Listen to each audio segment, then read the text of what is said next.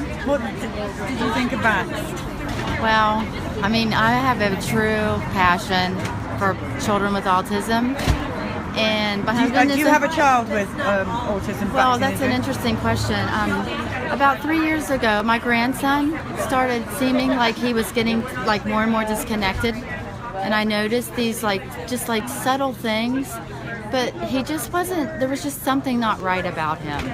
So I was asking my husband. He's a physician. Mm-hmm. Oh, you are? Yes, he's a physician. So I started saying, I mean, what would you think is going on with him?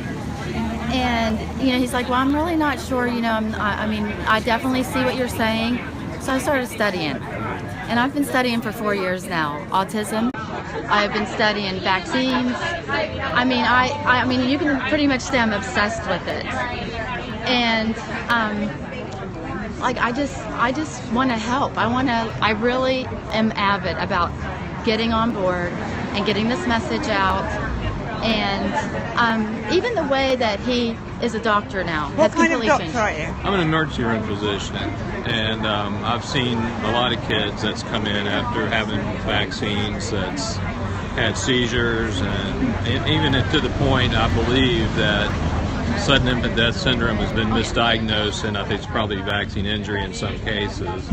And to shift gears to the point that not really thinking that the vaccine was causing it, now listening to her, and she's brought all this to my attention, and doing some research myself, and finally thinking that this could actually be vaccines that's doing all this, and then calling the pediatrician and saying, look, got this kid in here, you just gave him shots, the other day, and they're having seizures, and obviously it's a vaccine that's causing it, and just having a total denial from that end of it, from the pediatrician side. And I've seen that happen over and over again. In fact, one of our colleagues who now works in the emergency room as a certified he was a neonatologist, and his son actually had a vaccine injury, and he totally denies the fact that it was a vaccine injury, even though it happened right afterwards. The child now has a form of what he thinks is like cerebral palsy, but I'm sure it's a vaccine injury. And I've spoken to him about it, and he's still in total denial. As a doctor, why do you think the pediatricians behave like that? Well, I think you hit the nail on the head. It's a huge part of their income. And plus, I think the medical community as a whole is kind of just ignorant. I don't think they want to hear this. They believe in people like the CDC, and when you start realizing that you can't believe those people anymore, it causes a huge problem for you in your practice. It has for me, even when I start thinking about vaccines. That's just a little part for me because I don't give a lot of vaccines. It certainly has changed the way I give Tdap, because I don't give Tdap to hardly anyone. In fact, I haven't given it in years now. When you start looking at the incidence of tetanus and how many people actually get tetanus, it's ridiculous. They give everybody that comes in, even with a corneal abrasion. I don't think there's even been a case of a corneal abrasion causing tetanus in the last 100 years, but yet the hospital wants you to give Tdap to people that have a corneal abrasion. And here's my husband. He refuses to take a flu vaccine. He's required as a physician. So what happens when you refuse to take a flu vaccine? I thought it was mandatory. Oh, this is so funny. Tell them about last year when you had to wear a mask. The hospital required us to have anyone that didn't get a vaccine were marked, so to speak, by wearing a mask. And I just basically refused to wear the mask. And I told them that I felt like if I was going to wear the mask, it was to protect me from the people that got the vaccine. Yeah, from the shedding. And in fact, I said, if that's true, and the healthcare providers that are being required to wear a mask, why isn't it that the family members that come in here aren't all required to wear a mask as well? Because we don't know which ones of those have gotten the flu vaccine when they come into the hospital. And the fact that the flu vaccine was found 0% effective. Well, and they were acting like they were being somewhat when they came immune. out and said that I think it was 2 years ago, the strains that they had given everybody was like, I think it was at the best was 30-40%, and that's their numbers, which is probably more like 5 or 10% effective. I said at that point in time, why isn't everyone wearing a mask? Yeah. If that's true, because the vaccine was not effective. Are there other doctors that refuse vaccines and believe There are some that do that. Most of them just fall in line with the rest of the herd, so to speak, I don't do that anymore. I won't do it. And so I told them they either have to fire me or I just find another job somewhere, because I'm not going to wear a mask, first of all, and second, I'm not going to get a vaccine. And I work in emergency medicine. I'm around the flu all the time. Do I ever get the flu? No. Why don't I ever get the flu? It's not because I don't get a vaccine. No, I think it's because I have a healthy gut. I take care of it. I take probiotics. I do things to how many gastroenterologists don't even know about a probiotic? Oh, yeah, that's true, too. It's amazing. If you're emergency medicine, you go in and you find a gastroenterologist, a patient that a gastroenterologist is taking care of, and they're not even on probiotics. I'm thinking, what is...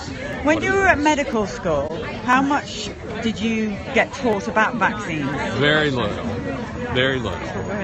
And what you got basically was told, these are the things that you need to give to your patients. So it's all about giving it to... This is the schedule. You learn about adjuvants and you learn about the immune system and how it works, but as far as what the vaccine actually does, and you never heard about the negative effect of a vaccine.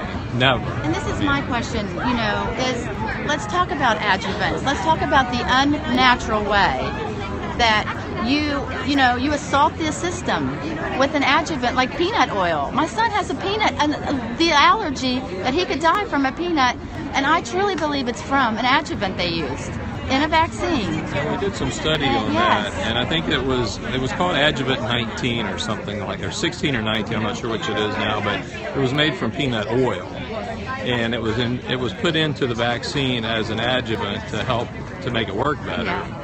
But obviously, when a child is given, an injection of peanut oil, it doesn't go through the gut the way it normally is supposed to, the way God intended it, then obviously it can have all kinds of negative effects. I think that has caused some of this.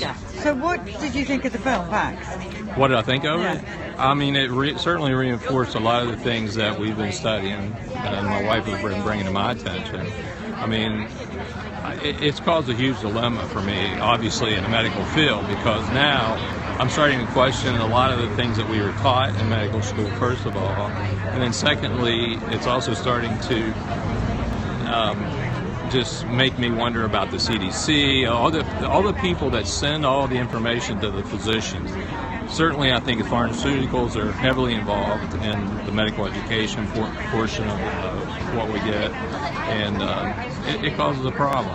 I'm shifted gears a lot. I think medicine is for emergencies mainly. I work in emergency medicine, so that's the only reason I can continue my career. If I was a pediatrician and I saw the film, I'd probably want to get the heck out of it. Right, they do tend to walk out. Yeah, I'd get another one. Well, so look, I hope you keep your job.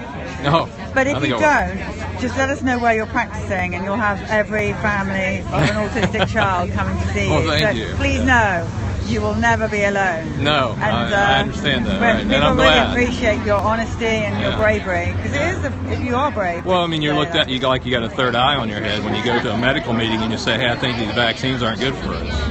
They're like, "You're a marked man." What do you mean? But none of us are vaccinated now, because all the vaccine, they're all worn out. They're getting ready to start the adult vaccine schedule. The way I look at it is none of us are vaccinated. And I don't believe in herd immunity, and I don't believe in vaccines, and I don't believe in how it works. I just don't believe in any of it. So it's not a fact that I have a grandson that was just born. He's he's 2.5 now. He's not been vaccinated yet. He's had nothing. Yeah. That's your son or daughter? That's our daughters. Yeah. Well, you're an amazing family. Do you know that? Well, it's just because of what we've learned. And it's Yeah. from going down this trail and studying the truth about vaccines. Well, and it's people like yourself putting Right. these kind of things out that's going to change things. Obviously, it's not going to come from the medical community, I don't think. I don't see that I think I know the parents are going to win this. I keep telling them so, but it's people like you as well that speak the truth. Yeah, you guys are going to help us. That's the part of it. I think we need to somehow learn how to do that better. And I think when we do that someday, I think we may make some difference. Thank you. Thank you for telling the story. Thank you so much for your opinions. And Thank being you. I love who you. are. I love what you're doing.